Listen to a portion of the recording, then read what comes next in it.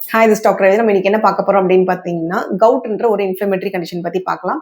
இந்த osteoarthritis, rheumatoid arthritis சொல்றோம் இல்லையா, அதே மாதிரியே இதுவுமே ஒரு ஆர்த்ரைட்டிக் கண்டிஷன் தான். இது எங்க அதிகமா பாதிக்கும் பார்த்தீங்கன்னா, நம்மளுடைய எலும்புகளை பாதிக்கும். குறிப்பா கால் கட்டை விரல்ல ஒரு வலி வர ஆரம்பிக்கும்.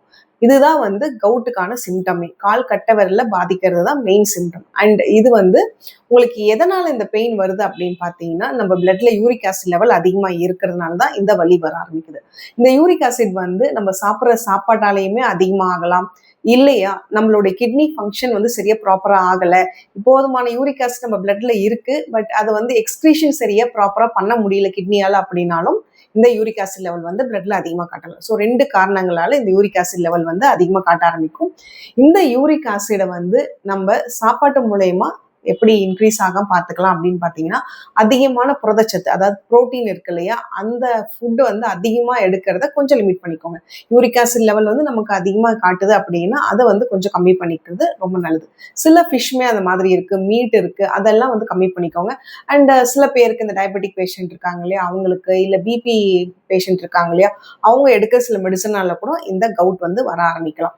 இந்த சிம்டம்ஸ் உங்களுக்கு இருக்கு, நைட்டு தூங்குறச்ச ஒரு மாதிரி எரிச்சலோட கால் கட்டவரில் இருக்கு, வலி இருக்கு, ஒரு மாதிரி வீக்கா இருக்கு அப்படின்னா நீங்க பக்கத்துல இருக்க டாக்டரை போய் பார்த்து கன்ஃபார்ம் பண்ணிக்கோங்க. அது என்ன சிம்டம், எதனால வருதுன்றத பார்த்துக்கலாம். நெக்ஸ்ட் இதுக்கு யூரிக் ஆசிட் லெவல் பிளட்ல எப்படி இருக்குன்றத ஒரு பிளட் டெஸ்ட் எடுத்து பார்க்குற மாதிரி இருக்கும். இதுல என்ன ஒரு விஷயம் பார்த்தீங்கன்னா, பெயின் இருக்கும்போது உங்களுக்கு பிளட்ல யூரிக் ஆசிட் லெவல் நார்மலா காட்டும்.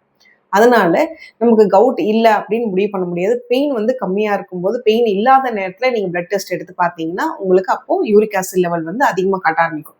ஸோ கவுட் இருக்கு அப்படின்னா, கால் கட்டை விரல் வலி இருக்கு, இது கவுட் தானா என்ற சந்தேகம் இருக்கு, ஃப்ரீக்வெண்டா இந்த பெயின் வந்துகிட்டே இருக்கு, திடீர்னு குறையுது திடீர்னு வருது, இந்த மாதிரி எல்லாம் சிம்டம்ஸ் இருக்கு, கால் கட்டை விரல் வீக்கா இருக்கு, பொதுவாகவே ஜாயிண்ட்லாம் வலி இருக்கு அப்படின்னா நீங்க இமிடியேட்டா டாக்டரை போய் பார்த்து ஒரு கன்ஃபர்மேஷன் பண்ணிக்கோங்க. எதனால அப்படின்றத ஒரு கன்ஃபார்ம் பண்ணிக்கிட்டு அதுக்கப்புறம் ட்ரீட்மெண்ட் ஸ்டார்ட் பண்ணிக்கோங்க. இந்த கவுட்க்கு உங்களுக்கு ஹோமியோபதியில பெஸ்ட் மெடிசன்ஸ் இருக்கு. எந்த ஒரு சைடு எஃபெக்ட்டுமே இல்லை. குறிப்பா ஸ்டீராய்டு மெடிசன்ஸ் எதுவும் இல்லாமல் நம்ம சரி பண்ண முடியும்.